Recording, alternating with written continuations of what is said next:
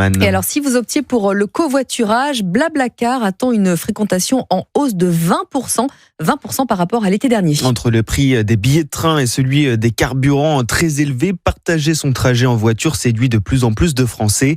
Et les chiffres atteignent des records, Noah Moussa. Oui, c'est le cas d'Éléonore, 21 ans. Pour son Paris-Bordeaux, cette étudiante en commerce a choisi de covoiturer pour la première fois. 3 passagères feront les 6 heures de trajet dans sa voiture. Elles vont chacune payer une trentaine d'euros à peu près. C'est très avantageux pour moi financièrement. Leur présence, c'est comme si en fait elles me payaient un plein d'essence. Normalement, j'aurais dû payer quasiment 150 euros et là, je vais juste payer mon péage, donc qui est d'une quarantaine d'euros. Comme Éléonore, beaucoup de Français vont s'initier au covoiturage cet été.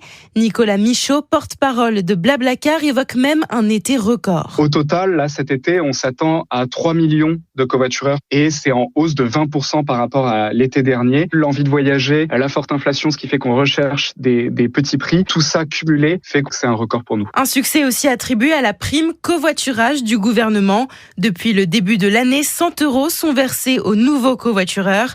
Blablacar en recense 200 000 sur sa plateforme depuis la mise en place de cette aide. Les précisions de Noah Moussa du service économie d'Europe.